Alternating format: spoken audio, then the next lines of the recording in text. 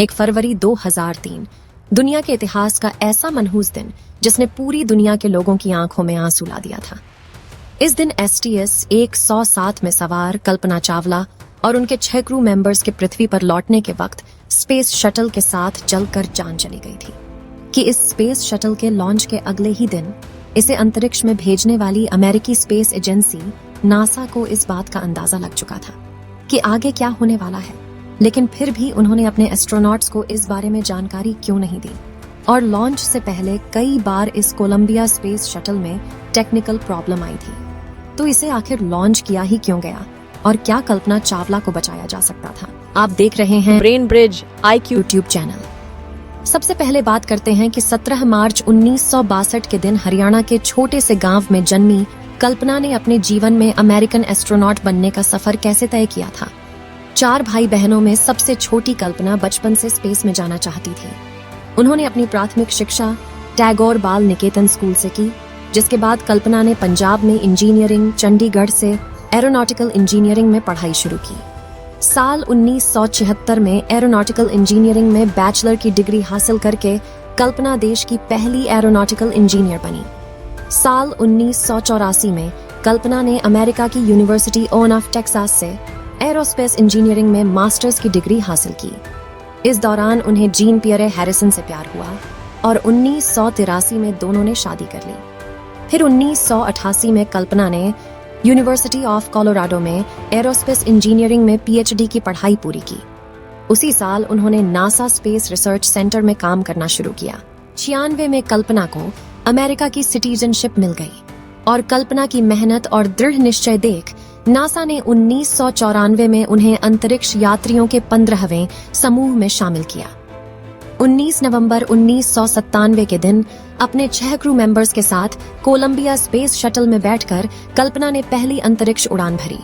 STS 87 NASA से जाने वाले इस मिशन के दौरान कल्पना ने स्पेस में 15 दिन और 16 घंटे बिताए और 5 दिसंबर 1997 के दिन इस स्पेस शटल ने धरती पर सक्सेसफुल लैंडिंग की। इस मिशन को पूरा करने के साथ ही कल्पना चावला अंतरिक्ष में जाने वाली पहली भारतीय महिला बन चुकी थी।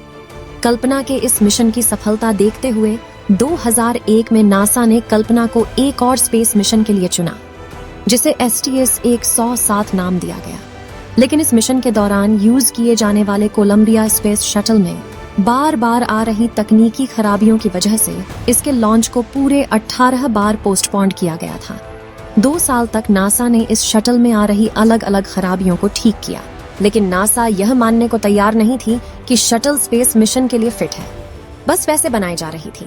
और फाइनली नासा को लगा कि स्पेस शटल अब मिशन के लिए पूरी तरह से तैयार है और 16 जनवरी 2003 के दिन इसे लॉन्च करने का निर्णय लिया गया। इस लॉन्च के दौरान क्रू मेंबर्स काफी खुश दिखाई दे रहे थे, क्योंकि उनमें से कुछ क्रू मेंबर्स जिंदगी में पहली बार स्पेस में जा रहे थे। फिर भी 16 जनवरी की दोपहर को कोलंबिया स्पेस शटल ने अपने रॉकेट के साथ फ्लोरिडा के स्पेस सेंटर से अपनी 28वीं उड़ान भरी और कल्पना का स्पेसक्राफ्ट सही सलामत स्पेस में पहुंच गया, जहां उन्होंने 15 दिन 22 घंटे और 20 मिनट तक स्पेस में रहकर अपने मिशन को पूरा किया। और 1 फरवरी 2003 के दिन जब कोलंबिया स्पेस शटल अंतरिक्ष से धरती के लिए रवाना होकर तेजी से धरती के एटमॉस्फेयर में दाखिल होता है और उस पर वायुमंडल की गैस का प्रेशर और घर्षण बढ़ता है, जिससे कुछ ही सेकंड में कोलंबिया स्पेस शटल एक आग के गोले में तब्दील हो जाता है और उसके अंदर मौजूद क्रू मेंबर्स के साथ जलकर राख हो जाता है। शुरुआत में तो इस दुर्घटना के पीछे का कारण अनजाने में ही क्रू मेंबर्स की कोई गलती को माना जा रहा था, लेकिन जब इस मामले की वजह तक जाने के लिए इन्वेस्टिगेशन शुरू हुई तो ऐसा सच सामने आया जिसने लोगों के होश उड़ा दिए। इस जांच के मुताबिक जब कोलंबिया स्पेस शटल अपने रॉकेट के साथ उड़ान भर रहा था, तभी उसके एक्सटर्नल फ्यूल टैंक की बाहरी सतह पर लगाए हुए इंसुलेशन का बड़ा सा टुकड़ा करीब 800 किलोमीटर की रफ्तार से शटल के लेफ्ट विंग में फंसा रहता है, जिससे उस विंग पर लगी रन फोर्स कार्बन यानी RCC की कोटिंग में 10 इंच गहरा गड्ढा बन जाता है। लॉन्च के दौरान तो इस घटना पर किसी की नजर नहीं जाती है। हालांकि लॉन्च के दूसरे दिन नासा के inspector photo walking group division को इस घटना के बारे में पता लग चुका था, लेकिन फिर भी उन्होंने एस्ट्रोनॉट्स को इस बारे में कोई जानकारी नहीं दी। क्या यह उनकी लापरवाही थी और क्या कल्पना चावला और उनके क्रू मेंबर्स की जान बचाई जा सकती थी। लेकिन उसे समझने से पहले इसके साथ जुड़ी बेसिक टोन्स को समझना होगा कि जिस स्पेस शटल में एस्ट्रोनॉट बैठकर अंतरिक्ष के लिए रवाना होते हैं, उसे स्पेस में पहुंचाने के लिए रॉकेट का इस्तेमाल किया जाता है। रॉकेट को ग्रेविटी के अपोजिट ले जाने के लिए सबसे जरूरी होता है फ्यूल, जो कि 2 तरह के होते हैं, liquid NRI fuel. Liquid fuel में लिक्विड ऑक्सीजन और लिक्विड हाइड्रोजन का इस्तेमाल किया जाता है। ये दोनों ही बहुत ही कम टेम्परेचर में ही लिक्विड फॉर्म में होते हैं, इसलिए इनका टेम्परेचर मेंटेन करने के लिए इसे एक्सटर्नल फ्यूल टैंक में भरा जाता है, जिसे अंदर और बाहर दोनों तरफ से इंसुलेशन फोम से कवर किया जाता है ताकि बाहर की गर्मी फ्यूल पर असर ना करे। इस फ्यूल टैंक और रॉकेट के साथ स्पेस शटल को अटैच किया जाता है और बाहरी गर्मी से स्पेस शटल को नुकसान न हो, इसीलिए इस पर अनेक तरह की कोटिंग मटेरियल का इस्तेमाल किया जाता है, जिन्हें छोटी छोटी टाइल्स का आकार देकर शटल पर लगाया जाता है। स्पेस शटल के ऊपरी हिस्से में लगी व्हाइट राइस इसे 1200 डिग्री तापमान से बचाती है। इसके निचले हिस्से में लगे 2 टाइल्स इसे करीब 2300 डिग्री की गर्मी से बचाती है और रॉकेट से निकल रही गर्मी का सबसे ज्यादा असर शटल विंग्स पर होता है, जिसे गर्मी से बचाने के लिए इन पर RCC की टाइल्स लगाई जाती है, जो 100 से करीब 3000 डिग्री की हीट से बचाती है। और कोलंबिया स्पीड शटल के लॉन्च के दौरान हुई दुर्घटना से इसके विंग के इसी RCC पैनल में करीब 10 इंच का छेद हो जाता है।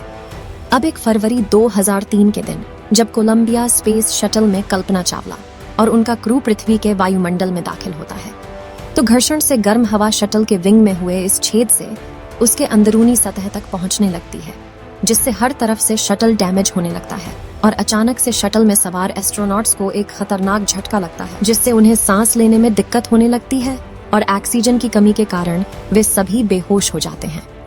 इसी दौरान शटल में हवा का भारी दबाव होने की वजह से उनके शरीर का तापमान काफी बढ़ जाता है और शरीर में मौजूद खून उबलने लगता है, जिससे शटल के ब्लास्ट होने से पहले ही उनकी बेहोशी में ही मौत हो जाती है। जिसके कुछ देर बाद ही शटल भी एक आग के गोले में तब्दील हो जाता है और अपनी आखिरी उड़ान में जलकर राख हो जाता है। तो क्या इस घटना को वाकई में टाला जा सकता था?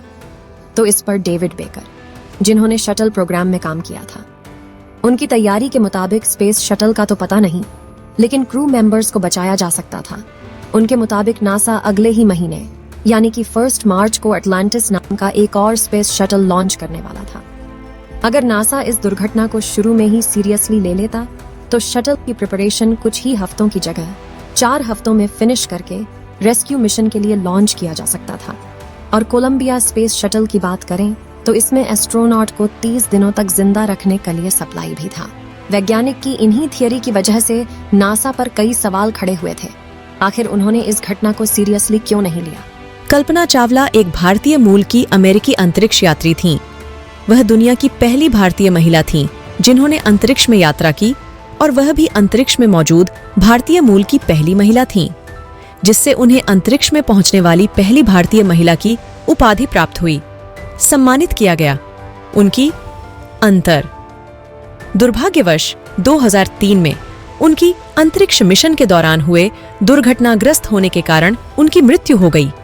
उनका योगदान और प्रेरणा अंतरिक्ष अनुसंधान में एक महत्वपूर्ण यात्रा बना दिया और उन्हें सम्मानित किया गया। दोस्तों, हमें इस घटना से यह सीख मिलती है कि एक छोटी सी गलती वाकई बड़ी दुर्घटना में तब्दील हो सकती है।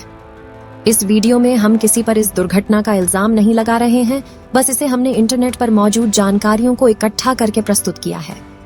दोस्तों, अगर आपको यह वीडियो पसंद आया हो तो इसे लाइक और अपने मित्रों तक शेयर करें। जानकारी से भरपूर ऐसी वीडियो देखते रहने के लिए चैनल को सब्सक्राइब जरूर करें और बेल आइकन को ऑल पर सिलेक्ट करना बिल्कुल ना भूलें। मिलते हैं किसी और नॉलेजेबल वीडियो के साथ। वीडियो को अंत तक देखने के लिए धन्यवाद।